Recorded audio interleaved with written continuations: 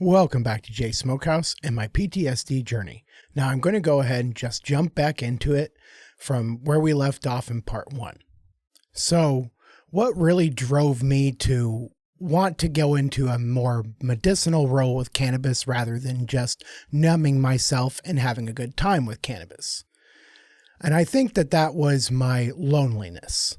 I was truly lonely. I really wanted companionship. However, I had nothing to offer, and I was really in a pitiful state. And so the realization that I really needed to buckle down and try to get control of myself so that I could heal myself, therefore start focusing on finding companion. At least that, for me personally, is what I thought. So I tried to get myself under control.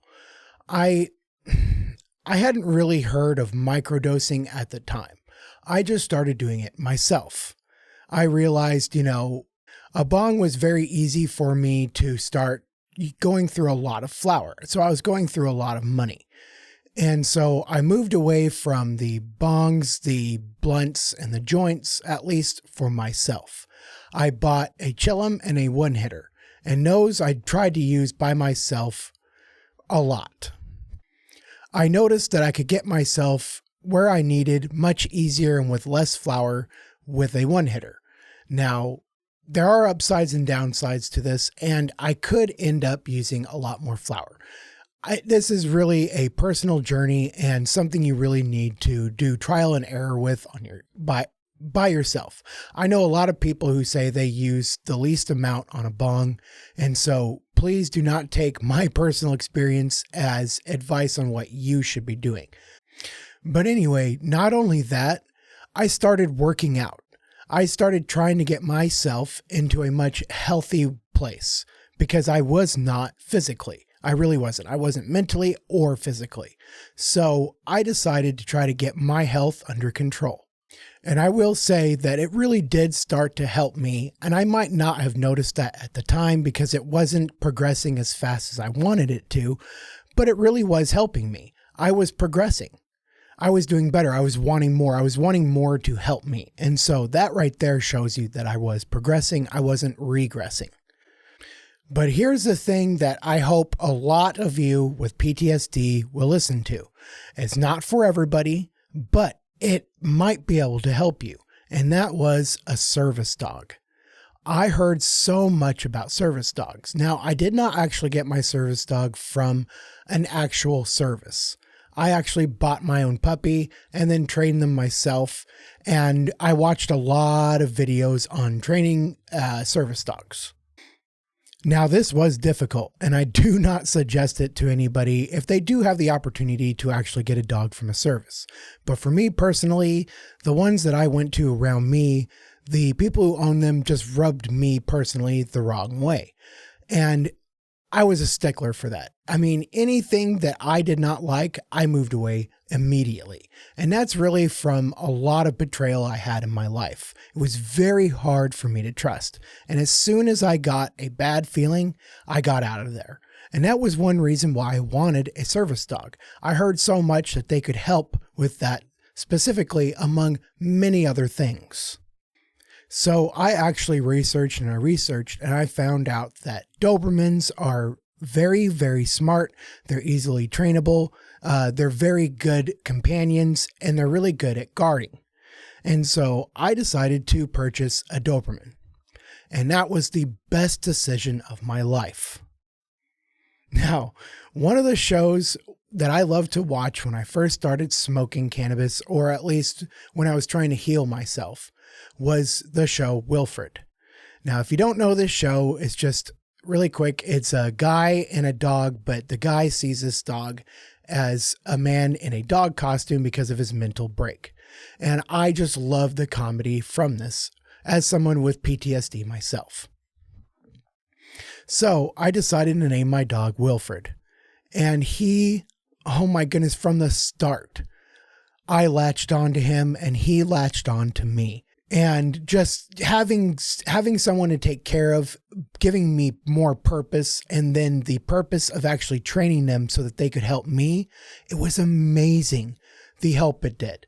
I mean, within 1 year, it was a difference between night and day for me. And this is actually where I met the most wonderful person in the whole wide world. And this would be my future wife. She took pity on me. She saw something in me that no other woman, if another woman saw it, they just didn't care to take the time to see the potential actually come to fruition. But my wife, she did. She saw something that even I didn't see. Slowly, she made me realize what I could do to actually keep somebody, to be a companion for someone. I did not know. I did not understand. I had thought that I had loved before. I had not. It hit me like a ton of bricks when I realized that I loved this girl. And as soon as I realized that I loved her, I realized that I wanted to marry her. And that was within 2 weeks. I did not tell her that quickly, although I did tell her pretty quickly.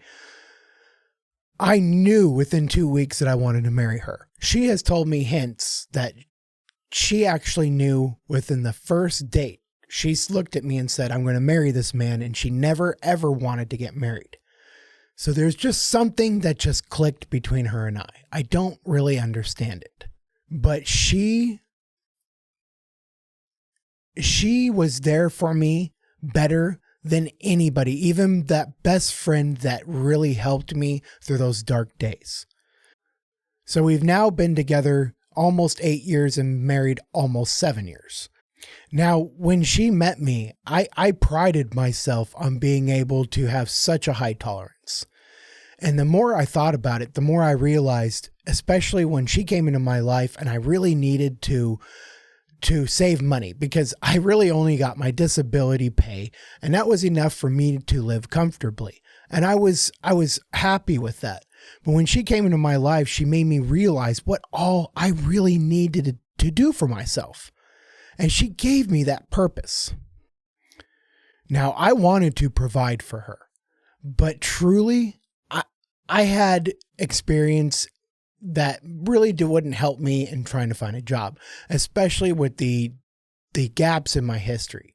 So I really had to take some awful, terrible jobs that demeaned me, that I would have never, ever put up with or taken had it not been for my wife. Now, my wife had a small, young son who is now my son, and I truly see him that way. But when she came into my life and she had a son herself, I realized I have to be able to provide. I cannot continue a relationship or even seek to court this woman if I can't even provide for her. So taking these jobs, these terrible jobs, they were awful. It's kind of angering me just thinking about them. But I put up with them. I put up with stuff I never thought I'd put up with just because of her. And it also made me realize that I didn't need cannabis every waking minute of the day to be able to be happy. I could actually use it in small abundances to be able to get me through the issues that I needed. Now, aside from microdosing, another thing that I realized that really helped me in my personal pursuit of medical cannabis was focusing not just on THC, but the other makeups of the cannabinoid flower.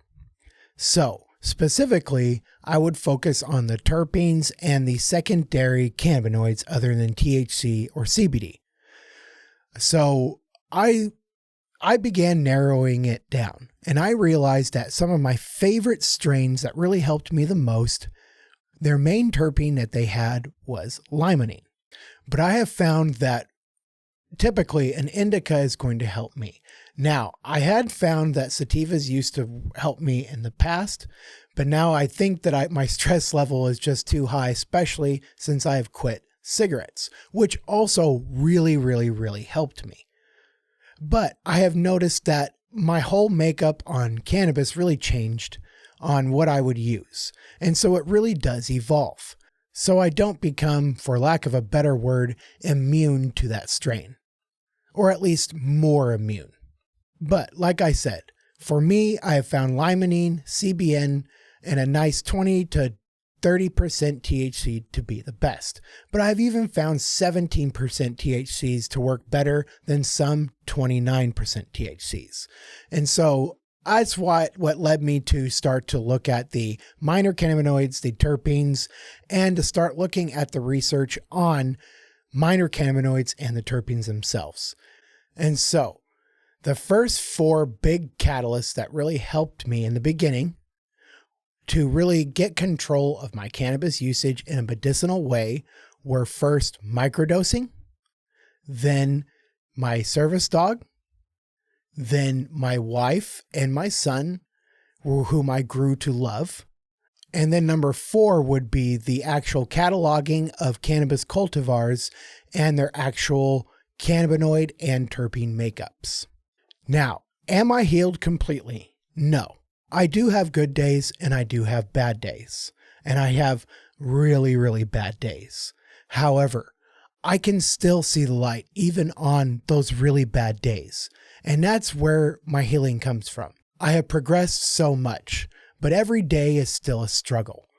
And I hope that everyone who has PTSD or struggling with something similar, please know that you are not alone. We all care about you. All of us that struggle with similar things. There's so many who do struggle, and we continuously believe that we're alone, and we are not. And so if you need someone to talk to, I will have some numbers that you can contact if you truly need some help.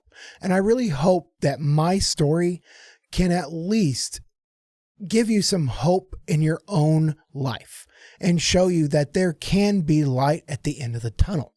And sure, it is a constant battle, but it is so much better than the constant despair that I used to live in. The light is so much better than the dark. But for now, I really hope that you have gained some insight and maybe some encouragement on your own journeys. And hopefully you can see that it can get better. And maybe from my own story, you can glean some hope or some insight. Now, if you enjoyed this video or anything truly helped you in any way, please leave a like and a comment and let me know what you think, and don't forget to subscribe. And now, as always, Jay is going to go smoke a J.